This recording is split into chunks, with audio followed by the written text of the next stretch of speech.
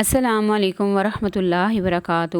نحمدہ و نصلی علی رسولہ الکریم، اما بعد، فاعوذ باللہ من الشیطان الرجیم، بسم اللہ الرحمن الرحیم، ربی زدنی علما۔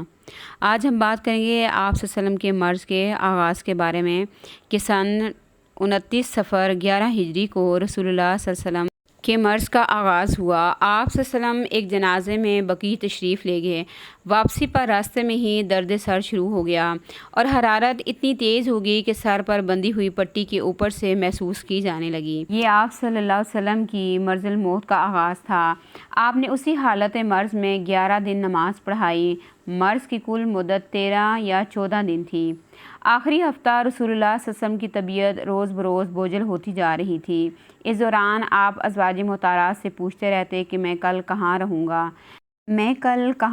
گا۔ اس سوال سے آپ کو جو مقصود تھا کہ ازواج محترات اسے سمجھ گئیں، چنانچہ انہوں نے اجازت دے دی کہ آپ جہاں چاہیں رہیں۔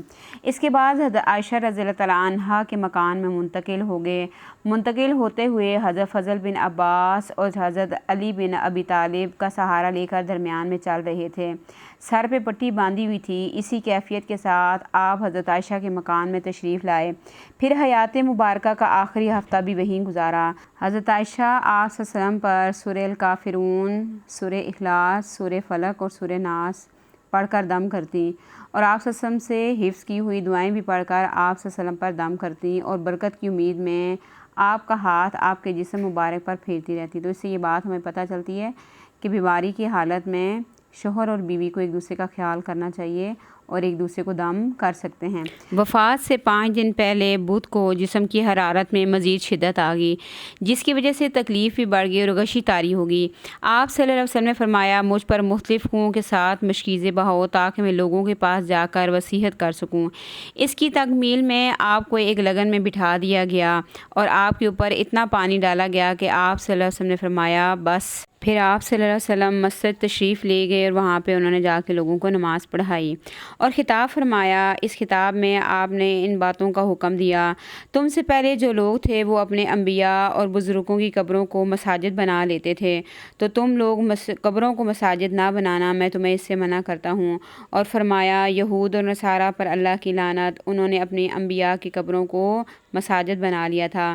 مزید فرمایا کہ تم لوگ میری قبر کو بت نہ بنانا اور نہ اس کی پوجا کرنا، کیونکہ رسول پاک صلی اللہ علیہ وسلم کو ڈر تھا جو کام باقی پہلی قوموں نے کیے ہیں میری امت بھی وہی کام کرے گی، تو اس لیے آپ صلی اللہ علیہ وسلم ان کو بار بار منع فرماتے رہے اور آج دیکھ لیں امت نے پھر وہی سارے کام شروع کر دیے ہیں۔ بہرحال پھر آپ نے اپنے آپ کو قصاص یعنی زیادتی کے بدلے کے لیے پیش کیا، انصار کے متعلق خیر کی وصیت کی۔ پھر فرمایا، ایک بندے کو اللہ نے اختیار دیا کہ وہ دنیا کی چمک یا اللہ کے پاس جو کچھ ہے اسے اختیار کر لے، تو اس بندے نے اللہ کے پاس جو کچھ ہے اسے اختیار کیا۔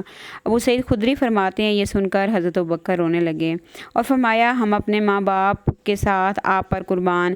اس پر ہمیں تعجب ہوا۔ لوگوں نے کہا، اس کو دیکھو کہ رسول اللہ صلی اللہ علیہ وسلم ایک بندے کے بارے میں بات بتا رہے ہیں اور اللہ نے اسے اختیار دیا کہ دنیا کی چمک دھمک اور زیب و زینت میں سے جو چاہے اسے اللہ دے دے، یا وہ اللہ کے پاس جو کچھ ہے اسے اختیار کر لے، اور یہ شخص کہہ رہا ہے کہ ہم اپنے ماں باپ کے ساتھ آپ پر قربان۔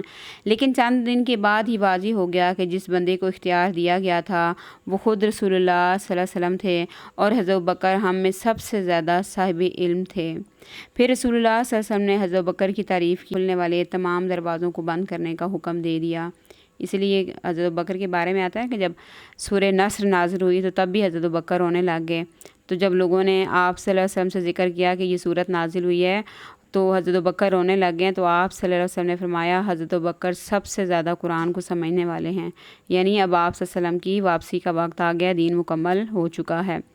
یہ بدھ کی روز کی بات ہے۔ جمعرات کو آپ کی بیماری نے اور شدت اختیار کر لی۔ آپ نے فرمایا، لاؤ میں تمہیں ایک تحریر لکھ دوں جس کے بعد کبھی گمراہ نہ ہوگے۔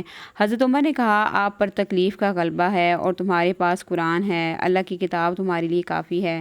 اس پر لوگوں میں اختلاف ہو گیا اور جب شور اور اور اختلاف زیادہ ہوا تو آپ نے فرمایا کہلا بھیجا کہ وہ لوگوں کو نماز پڑھائیں۔ چنانچہ اس وقت سے بقیہ ایام میں حضرت بکر نے نماز پڑھائی۔ آپ کی حیات مبارکہ میں ان کی پڑھائی گئی نمازوں کی کل تعداد 17 ہے۔ ہفتہ یا اتوار کو رسول اللہ صلی اللہ علیہ وسلم نے کچھ افاقہ محسوس کیا، چنانچہ 2 آدمیوں کے درمیان ظہر کی نماز کے لیے تشریف لائے۔ اس وقت حضرت بکر نماز پڑھا رہے تھے، آپ کو ان کی بائیں طرف بٹھا دیا گیا، چنانچہ حضرت بکر نبی صلی اللہ علیہ وسلم کی اقتداء کر رہے تھے اور لوگ حضرت بکر کی اقتداء کر رہے تھے، وہی لوگوں کو تکبیر سنا رہے تھے۔ جو کچھ تھا سب صدقہ کر دیا۔ اتوار کے دن نبی صلی اللہ علیہ وسلم نے اپنے غلام آزاد کر دیے۔ آپ کے پاس 7 دینار تھے، انہیں صدقہ کر دیا۔ ہتھیار مسلمانوں کو ہبہ کر دیا۔ رات آئی تو حضرت عائشہ نے اپنا چراغ ایک عورت کے پاس بھیجا اور کہلایا کہ اپنی کپی سے ہمارے چراغ میں گھی ٹپکا دو۔ آپ کی ایک ذرا ایک یہودی کے پاس 3 سوا جو کے عوض رہن رکھی ہوئی تھی۔ حیات مبارکہ کا آخری دن سوموار کی صبح حضرت بکر نماز پڑھا رہے تھے۔ رسول اللہ صلی اللہ علیہ وسلم نے حضرت عائشہ کی حجرے کا پردہ ہٹایا اور لوگوں کی طرف دیکھ کر مسکرائے۔ اس پر حضرت بکر ایڑیوں کے بال پیچھے ہٹے اور سمجھا کہ آپ نماز کے لیے تشریف لانا چاہتے ہیں۔ بقول حضرت انس، رسول اللہ صلی اللہ علیہ وسلم کو دیکھ کر مسلمان اس قدر خوش ہوئے کہ چاہا کہ نماز ہی کے اندر فتنے میں پڑ جائیں، یعنی نماز ہی توڑ دیں، لیکن رسول پاک صلی اللہ علیہ وسلم نے ہاتھ سے اشارہ فرمایا کہ اپنی نماز پوری کر لو۔ پھر حجرے کے اندر تشریف لے گئے اور پردہ گرا لیا۔ اسی دن یا اسی ہفتے رسول اللہ صلی اللہ علیہ وسلم نے حضرت فاطمہ کو بلایا اور کچھ سرگوشی کی، وہ رونے لگی۔ پھر کچھ سرگوشی کی تو وہ ہنسنے لگیں، لیکن آپ صلی اللہ علیہ وسلم کی وفات ہو گئی تو بتلایا کہ آپ نے پہلی دفعہ یہ فرمایا تھا کہ آپ اپنے اسی مرض سے وفات پا جائیں گے، اس لیے وہ روئیں، اور دوسری بات یہ فرمایا کہ آپ کے اہل و عیال میں سب سے پہلے وہی یعنی حضرت فاطمہ ہی آپ سے آن ملیں گی، اس لیے وہ ہنسنے لگیں، اور آپ نے انہیں یہ بشارت بھی دی کہ آپ ساری خواتین عالم کی سیدہ یعنی سردار ہوں گی۔ حضرت فاطمہ نے نبی اکرم صلی اللہ علیہ وسلم کے کرب کی شدت دیکھی تو بے ساختہ پکار اٹھی، ہائے ابا جان کی تکلیف۔ آپ صلی اللہ علیہ وسلم نے حضرت امام حسن اور حضرت امام حسین کو بلا کر چوما اور ازواج مطہرات کو بلا کر واعظ و نصیحت کی۔ ادھر لمحہ بلمحہ تکلیف بڑھتی جا رہی تھی اور اس زہر کا اثر بھی ظاہر ہونا شروع ہو گیا تھا جو آپ کو خیبر میں کھلایا گیا تھا، چنانچہ آپ اس کے الم کی شدت محسوس کرنے لگے۔ آپ نے چہرے پر ایک چادر ڈال رکھی تھی، جب سانس پھولنے لگتا تو چہرے سے ہٹا لیتے۔ اسی حالت میں آپ نے فرمایا، یہود اور نصارہ پر اللہ کی لعنت، انہوں نے اپنے انبیاء کی قبروں کو مساجد بنا لیا، مقصود کہ ان جیسے کام سے روکنا تھا۔ سرزمین عرب میں 2 دین کی نہ رہنے دیے جائیں۔ یہ آخری ارشادات اور وصیت تھی جو آپ نے لوگوں کو فرمائی۔ اس کے بعد آپ صلی اللہ علیہ وسلم نے کئی بار فرمایا، الصلاۃ وما ملکت ایمانکم، نماز نماز اور تمہارے زیر دست یعنی لونڈی اور غلام۔ آپ اس سے نماز کی اہمیت کا اندازہ بھی لگا لیں کہ آپ صلی اللہ علیہ وسلم نزع کے عالم میں بھی نماز کی فکر کر رہے ہیں۔ پھر نزع کی حالت شروع ہو گئی اور حضرت عائشہ نے آپ کو اپنے سینے اور گلے کے درمیان سہارا دے کر ٹیک لیا۔ اسی دوران ان کے بھائی حضرت عبد الرحمن بن ابی بکر آئے۔ ان کے پاس کھجور کی تازہ شاخ کی مسواک موجود تھی۔ رسول پاک صلی اللہ علیہ وسلم مسواک کی طرف دیکھنے لگے۔ حضرت عائشہ سمجھ گئیں کہ آپ اسے چاہتے ہیں۔ انہوں نے پوچھا تو آپ نے سر سے اشارہ کیا کہ ہاں۔ چنانچہ انہوں نے مسواک لے کر چبائی اور نرم کی، پھر آپ نے اسے لے کر نہایت اچھی طریقے سے مسواک کی۔ اب مسواک کو بھی اپنی عادت بنا لینا چاہیے کہ آپ صلی اللہ علیہ وسلم کو یہ بھی اتنی پسند تھی کہ آخری وقت میں بھی آپ صلی اللہ علیہ وسلم نے مسواک کی۔ آپ کے سامنے کٹورے میں پانی تھا۔ آپ صلی اللہ علیہ وسلم پانی میں دونوں ہاتھ ڈال کر چہرہ پونجھتے جاتے اور فرماتے جاتے، لا الہ الا اللہ ان للموت سکرات، اللہ کے سوا کوئی معبود نہیں، بے شک موت کے لیے سختیاں ہیں۔ پھر آپ نے دونوں ہاتھ یا انگلیاں اٹھائیں، نگاہ چھت کی طرف بلند کی اور دونوں ہونٹوں پر کچھ حرکت ہوئی۔ حضرت عائشہ نے کان لگایا تو آپ فرما رہے تھے، ان انبیاء، صدیقین، شہداء اور صالحین کے ساتھ جنہیں تو نے انعام سے نوازا، اے اللہ مجھے بخش دے اور مجھ پر رحم فرما، مجھے رفیق الاعلیٰ میں پہنچا دے، اے اللہ رفیق الاعلیٰ۔ آپ صلی اللہ علیہ وسلم نے آخری فقرہ 3 بار دہرایا اور اسی وقت ہاتھ جھک گیا۔ آپ رفیق الاعلیٰ سے جا ملے۔ انا للہ و انا الیہ راجعون۔ یہ واقعہ 12 ربیع اول سن 11 ہجری دوشنبہ کو چاش کی شدت کے وقت پیش آیا۔ اس وقت آپ صلی اللہ علیہ وسلم کی عمر 63 سال 4 دن ہو چکی تھی۔ اس حادثے کی خبر فوراً پھیل گئی۔ اہل مدینہ پر کوہ غم ٹوٹ پڑا، آفاق و اطراف تاریک ہو گئے۔ حضرت انس رضی اللہ عنہ کا بیان ہے کہ جس دن نبی صلی اللہ علیہ وسلم ہمارے ہاں تشریف لائے اس سے بہتر اور تابناک دن میں نے کبھی نہیں دیکھا، اور جس دن رسول اللہ صلی اللہ علیہ وسلم نے وفات پائی اس سے زیادہ کبیر اور تاریک دن میں نے کبھی نہیں دیکھا۔ آپ صلی اللہ علیہ وسلم کی وفات پر حضرت فاطمہ نے غم سے یہ ارشاد فرمایا، ہائے ابا جان جنہوں نے پروردگار کی پکار پر لبیک کہا، ہائے ابا جان جن کا ٹھکانہ جنت الفردوس ہے، ہائے ابا جان ہم جبرائیل کو آپ کی موت کی خبر دیتے ہیں۔ حضرت عمر کا موقف، وفات کی خبر سن کر حضرت عمر رضی اللہ عنہ کے ہوش جاتے رہے۔ انہوں نے کھڑے ہو کر کہنا شروع کیا، کچھ منافقین سمجھتے ہیں کہ آپ صلی اللہ علیہ وسلم کی وفات ہو گئی ہے، لیکن حقیقت یہ ہے کہ رسول اللہ صلی اللہ علیہ وسلم کی وفات نہیں ہوئی، بلکہ آپ اپنے رب کے پاس تشریف لے گئے ہیں ملاقات کے لیے، جس طرح موسیٰ علیہ السلام تشریف لے گئے تھے اور اپنی قوم سے 40 رات غائب رہ کر ان کے پاس واپس لوٹ آئے تھے۔ حالانکہ واپسی سے پہلے کہا جا رہا تھا کہ وہ انتقال کر چکے ہیں۔ خدا کی قسم رسول اللہ صلی اللہ علیہ وسلم بھی ضرور پلٹ کر آئیں گے اور ان لوگوں کے ہاتھ پاؤں کاٹ ڈالیں گے جو سمجھتے ہیں کہ آپ کی موت واقعہ ہو چکی ہے۔ ادھر حضرت بکر صدیق اپنے مکان سے گھوڑے پر سوار ہو کر تشریف لائے اور اتر کر مسجد نبوی میں داخل ہوئے، پھر لوگوں سے کوئی بات کیے بغیر سیدھے حضرت عائشہ کے پاس گئے اور رسول اللہ صلی اللہ علیہ وسلم کا قص فرمایا۔ آپ کا جسد مبارک دھاری دار یمنی چادر سے ڈھکا ہوا تھا۔